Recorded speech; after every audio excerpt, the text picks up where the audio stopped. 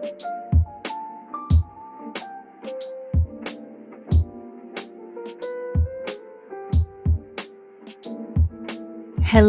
happy dwellers, and welcome to the Happy Dwelling Podcast. It's a pleasure to have you here with me today, and I hope you have been well and are creating those great habits so your dwelling place can be a happy one.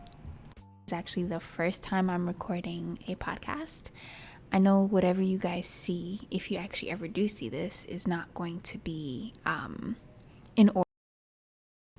I did that intentionally because I know I have a consistency problem. So I figured if I stocked up and recorded over 10 or so episodes before I actually released one, then I can prove to myself that this is something that I can stick to and do, because your girl has started YouTube channels, I've started TikToks, I've started Instagrams, everything under the sun, and I have a consistency problem and I know it. So this is my first attempt at podcasting, and I've been an avid podcast listener since like 2017.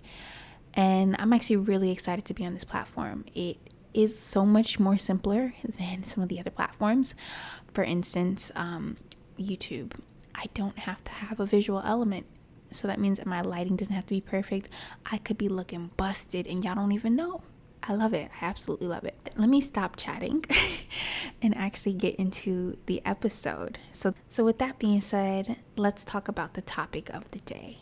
I felt this heavy on my heart because I feel as though not a lot of people have access or are knowledgeable enough in this area to confidently advocate for themselves. So the topic of today is personalized medicine. And I feel as though the reason why this is such an important topic is because if we don't know these different factors, we won't ever be able to properly advocate for ourselves, or we won't even be able to look at our own bodies as complex as they are and try to actually be able to understand what's going on. Because there's so many different things that can be going on at the same time.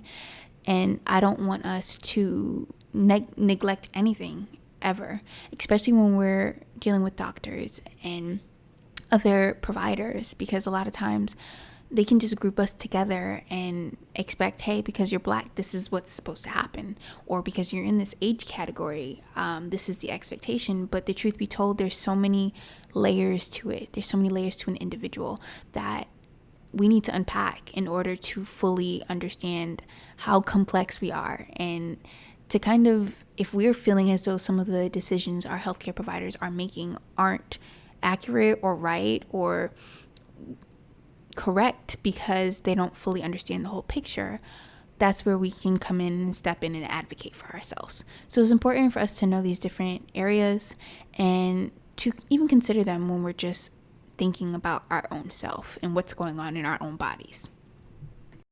Now, I have a lot of bones to pick with the current medical system model, whatever you want to call it, that exists in America today. But one of those bones I have to pick is the lack of time given to each patient. Unfortunately, capitalist societies have benefits and they have negatives as well. And one of the negatives of a capitalist society is that some of the careers that were meant to be based on people and a desire to care turn out to be a time crunch. How many people can I see per hour so that I can get this money, pretty much? And I know that's not the case for every doctor. I'm not saying that doctors are evil or anything of that nature, but there is a disconnect there between the time given to each patient, because if you don't give enough time, you don't really know your patient. So you can't fully give them an idea of what's happening or fully understand the whole idea, because you're not actually there. Actually, there was a study from the Journal of Medical Care, and it showed that the average time it takes for a primary care exam is 18 minutes. And I don't know about y'all, but when I go for primary care exams, that isn't a full 18 minutes with the doctor. That's 18 minutes with the nurses, the medical assistants, etc. And I don't have any like major diseases that that the primary care doctor deals with. So I feel as though I see him for like 2 minutes or less personally. The last time I went there, it's almost like, all right, in and out. Okay, let's take your weight. Let's take your height. Not your height, because everybody knows your height after a certain age. You don't grow anymore.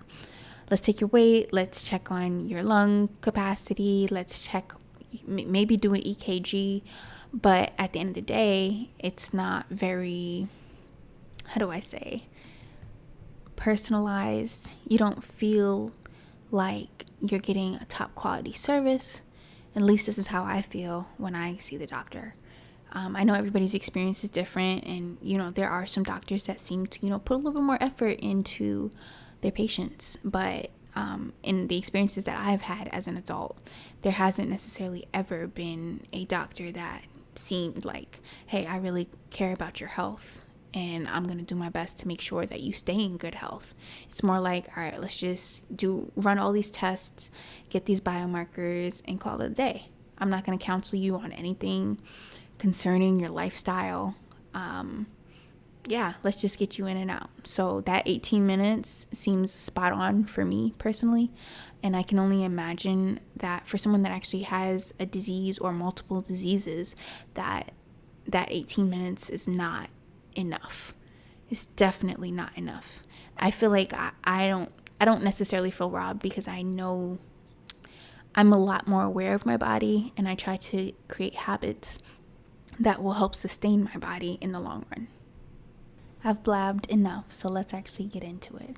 I've got 11 different points today that we're going to go over, and some of them run into each other, which is normal when you're talking about anything concerning the human body, because everything is connected in one way or another. So the first one is your genetics. If you don't know this by now, you're very, very late to the game, but each of us have our own individual genes that have different messages that either prolong our lifespan or do the opposite. Some of our genes are code for disease and some of them aren't. And this is on a very individual basis.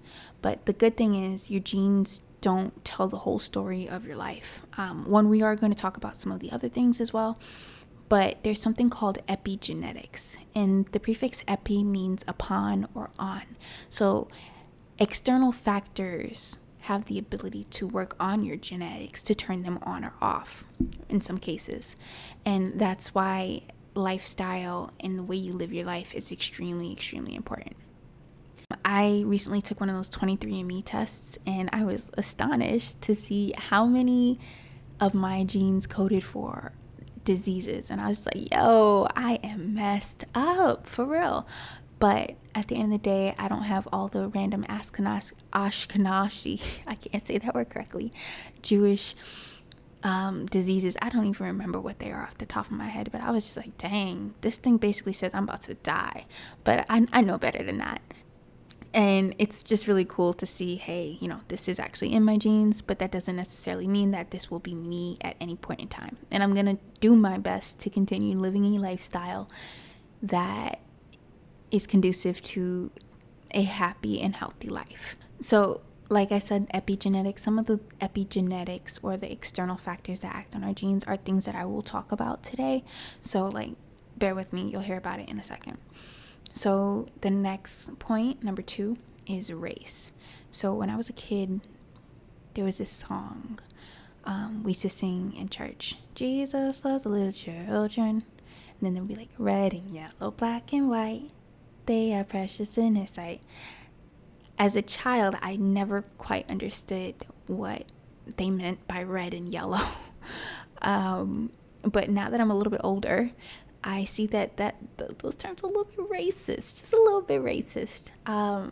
But it's okay, it got the point across, and it still gets the point across. We are different, and as different as our skin tones are, our genes, honestly. Race is one of those categories that kind of encompasses the genetics aspect, because a lot of races will have similar diseases. For instance, sickle cell anemia. Those are more common in African American, African Black people. And then we also have things like in Asian Americans, The standards for abdominal obesity are less than what the average American's is. So the average American woman can have 88 centimeters or higher is considered abdominal obesity, and for the men it's 102 or higher. For Asian women now it's 80 centimeters, so 8 centimeters less, and for the men it's 85 instead of 102. So those are really big differences, but the studies have consistently shown that differentiation was necessary because, within that population that is considered abdominal obesity. Within that population, the negative effects of abdominal obesity are seen at lower centimeters compared to other people. And, I'm Black, so I'm going to, throw another thing out there.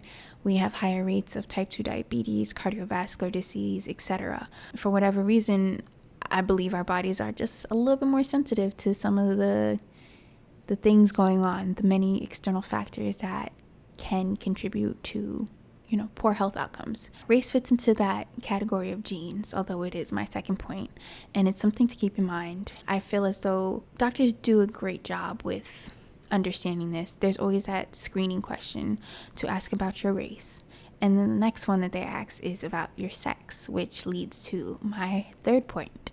Sex is definitely important as well, because there are many physiological differences between men and women.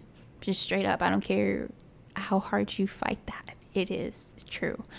Even so much that decades ago, a lot of scientific clinical studies excluded women altogether because their hormones and their bodies were just so much more complex than a man's was, and that if they used a man as opposed to a woman, they would get much more steady data. So unfortunately, women have been excluded from a lot of clinical trials in the past. Now they are doing much better to include us to see how certain drugs interact with our bodies, but that was a big thing several decades ago because of the humongous differences between the two sexes. So that's number 3. But that also leads to my next point, which is hormonal stages.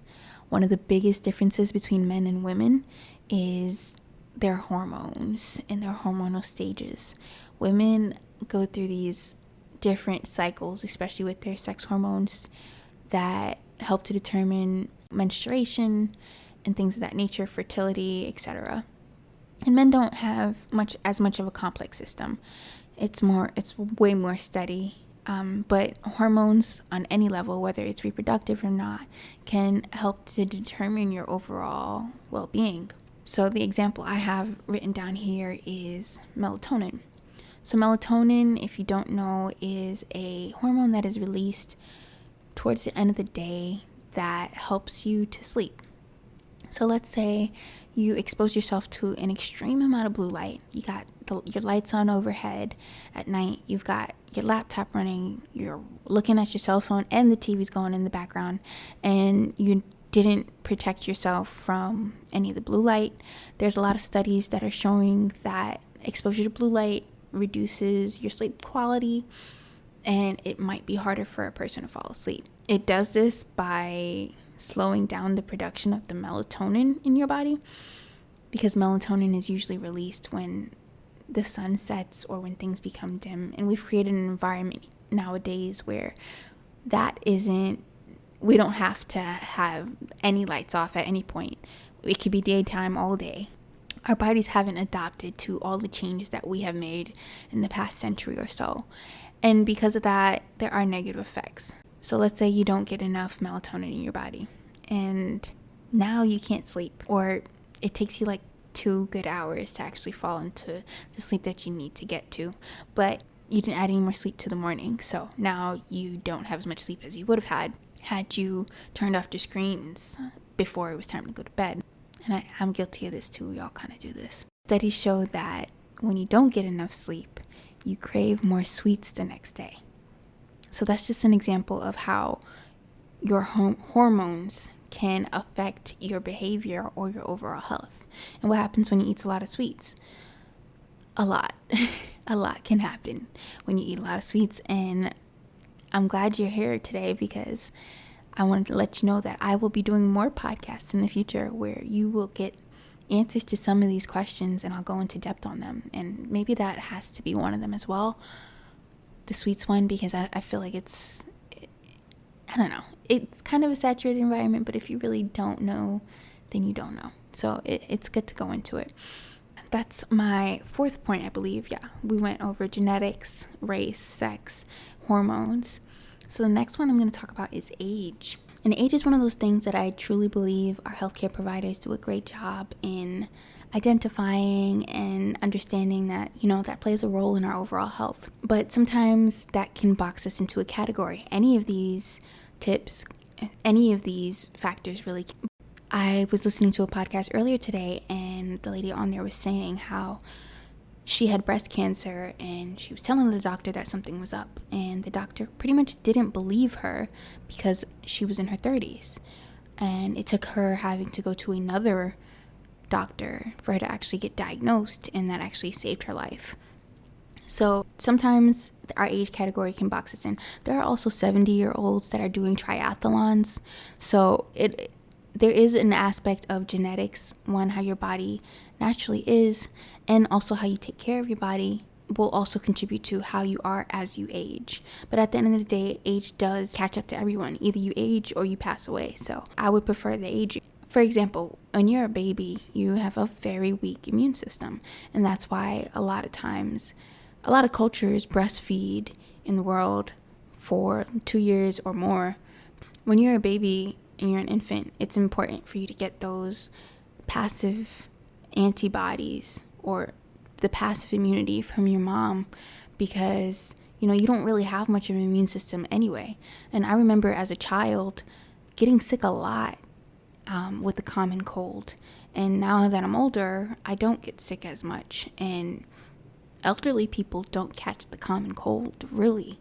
They might catch some other things, but when it comes to the common cold, they have been exposed to so many different common cold, whether it's viruses or bacteria, throughout their lifetime, that's not necessarily something that can catch them, or that's not something that's really going to affect them like it would someone that's a lot younger. I think you get the point. Age is a very important factor in personalized medicine on a whole, and you can't neglect it, but you can't also be careful not to allow it to keep you in a box, because it's not the end all be all. It's not the whole story. So the next category I have is supplements, medications, and teas. And I could have easily split this up, but the reason I grouped them all together is because they all have the potential to change things in your body on a similar level.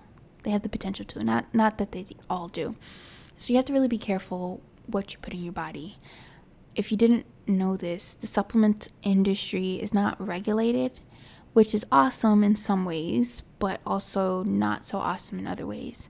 People can put things on the label that aren't necessarily true, or you might be getting different doses that differ from what it says on the label.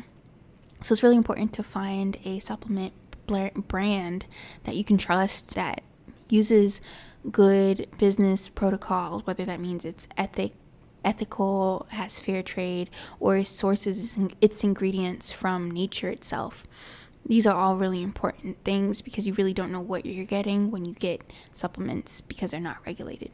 Because of that, certain supplements can have different effects in your body. L-carnitine, which is something that's commonly used in energy drinks.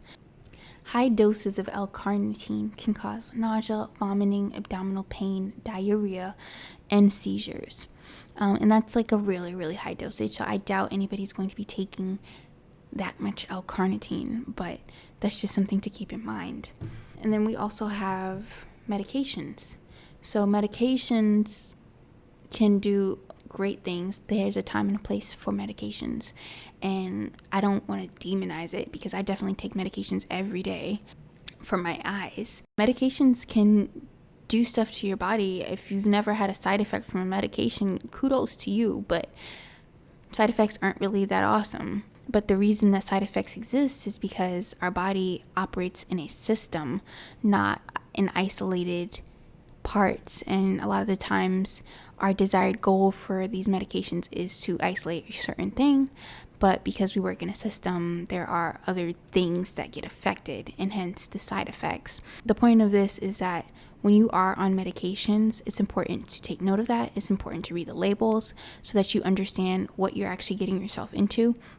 Don't just take anybody's word and trust it and then go forward. It's your health at the end of the day.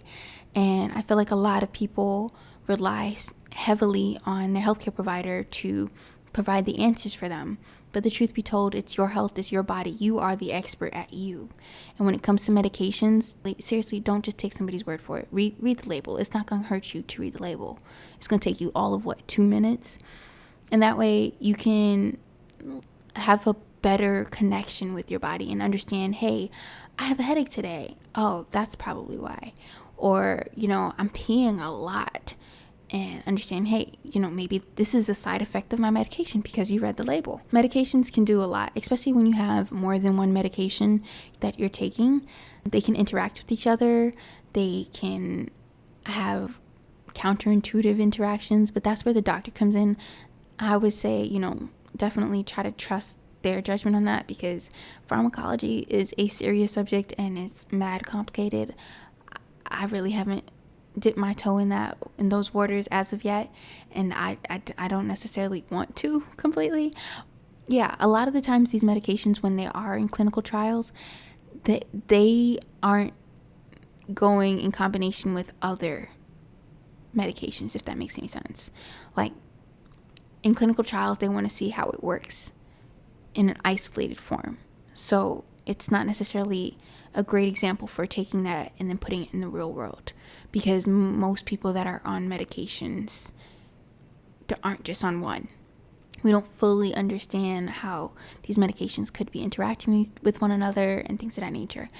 I'm a huge advocate for, doing things naturally as much as possible before you head to the medication side of things. Like I said, there's a time and a place for everything, and there's definitely a time and a place for medications. If you are pre-diabetic and your doctor's trying to put you on metformin, you should probably try to have a lifestyle change before anything, because the lifestyle change, one, is going to do better for you in the long term, and two, you won't have to deal with whatever side effects, whether it's the GI discomfort or whatever the case may be, that comes from the metformin. And I know it sounds so much easier said than done, because who really wants to change their lifestyle? You know what I mean? The next one is teas. I put this in this category because I don't know if people fully understand the power that teas have. Once again, teas aren't regulated in a way that I believe should be. A lot of teas can be grown with things like mold and toxins, and it's extremely unfortunate. A lot of the tea bags we use are bleached, but the tea itself has the power to act sometimes as a medication. A lot of these medications come from plant substances. They'll isolate something within a plant and turn into a medication.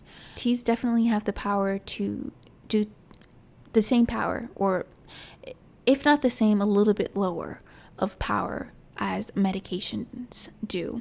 And it's important to keep note of that. I remember I was going to go for a surgery and had to have my healthcare provider fill out some paperwork. One of the things on the paperwork, and I was super excited to tell him this, because I love my teas and I enjoy teas on a daily basis. He did not ask me what teas and supplements I was on. I was like, come on, dude. Come to find out that one of the teas that I was taking was not supposed to be taken. It could thin my blood, and it was not a good idea for me to be taking it around the time of my surgery. And I did my own research for that. Maybe my healthcare provider just sucks, okay? And that's why I have all these negative experiences with him.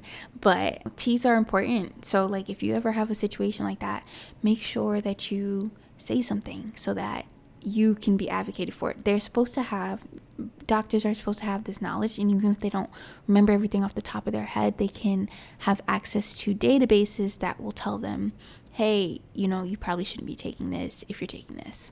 So teas are definitely powerful, and even so much that there is a branch of Eastern medicine called Chinese herbal medicine. Little tinctures and teas themselves can do things to help relieve disease or sickness. If you've never had ginger tea when you're sick, you should probably try it, because that's definitely, teas work for sure. They definitely work. And I'm a huge fan of it, but don't take it lightly. Like, make sure you understand what you're putting in your body, especially if you're pregnant or lactating. Just be careful. Okay, so my next point, stress levels and mental well-being, is number 7. I gotta do a podcast on each of these different topics. Well, for most of them at least, because I could go on, y'all. I could go on. Because they're all so important, and it's important when it comes to personalized medicine that you understand it on a deeper basis than just what's on the surface. Like when I just went into about the supplements, medications, and teas, like, it's important for you to understand that. But especially when it comes to stress levels and mental well-being. Now, I told you before that I took medications for my eyes, but I didn't tell you why. So stress is one of those things that can cause disease. It can't be proven as easily as some of the other things that cause disease, but stress is definitely up there in terms of what it can do and how much havoc it can wreak on your body, whether that's just on a hormonal level or just on a disease level on a whole. So the reason I take medication is because I have a disease called glaucoma, juvenile glaucoma. And if you know anything about glaucoma, you know that it affects usually 65 years or older individuals. So it's something that is more common in the elderly population, definitely more common in the Black population. But I have been living with this disease, as far as I've known, since I was 17.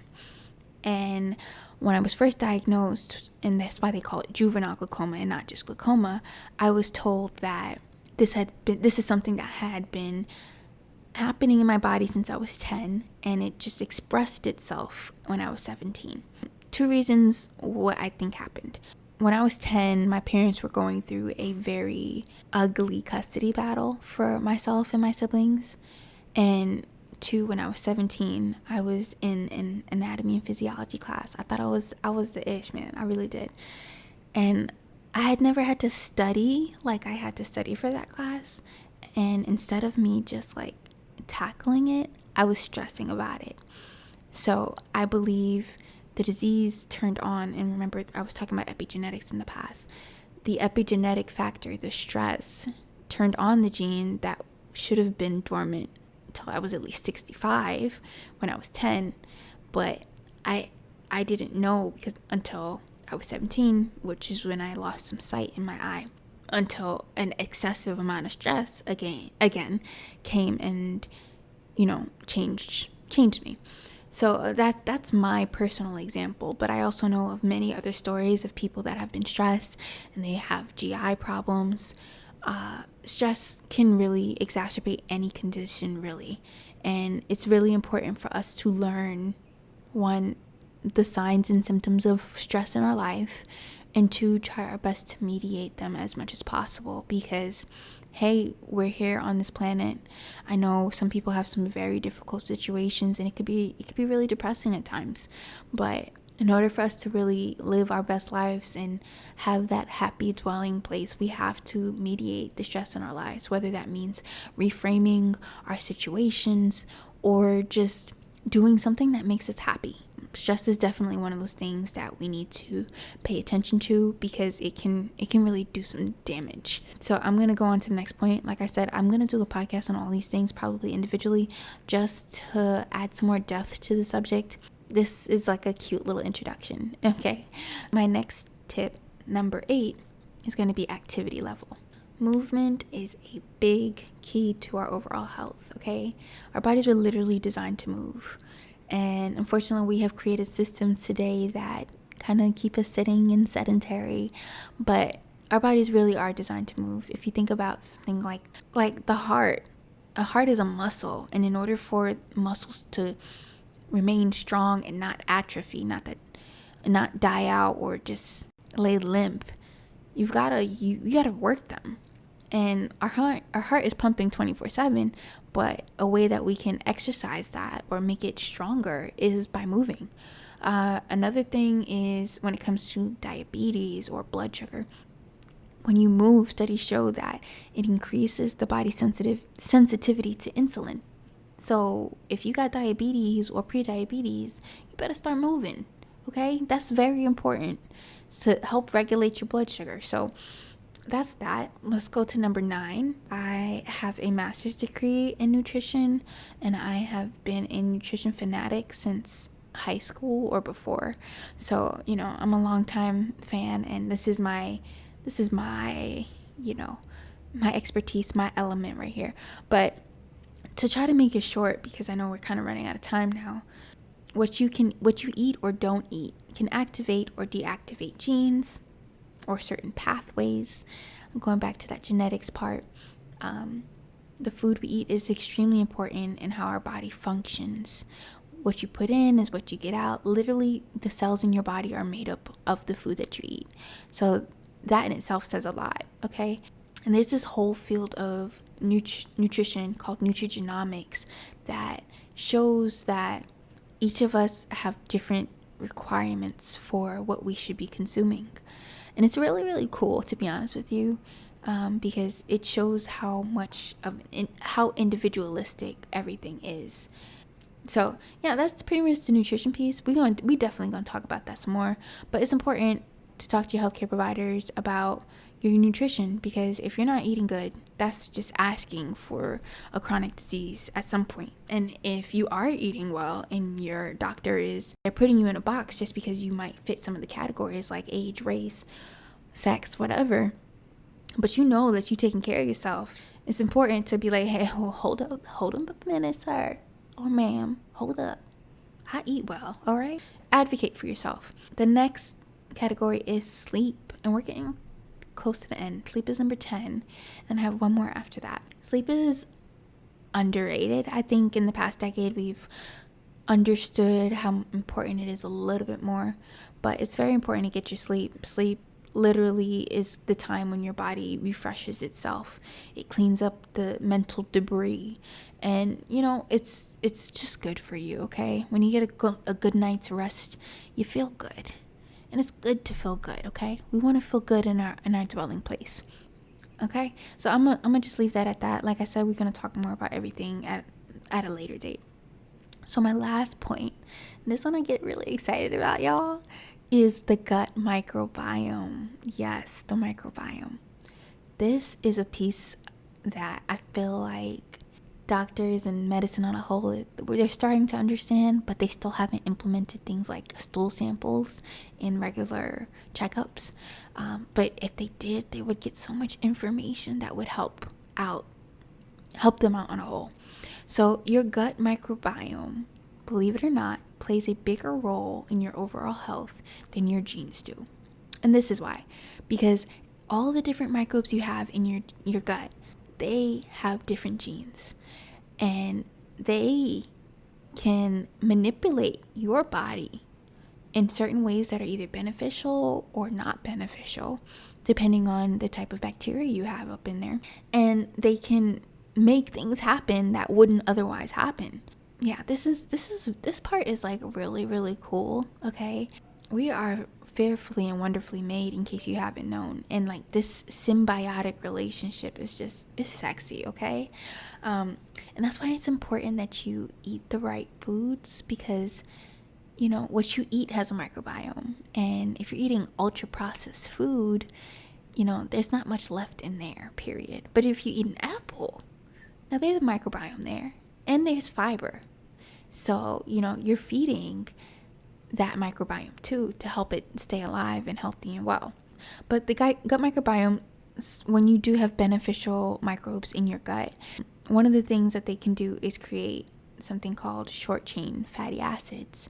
Once you feed it correctly, we're gonna talk about this, okay? This is my joint, okay? So things like short chain fatty acids, which are very beneficial fatty acids that do things in your body that you wouldn't have otherwise really gotten a short chain fatty acid from the rest of your food.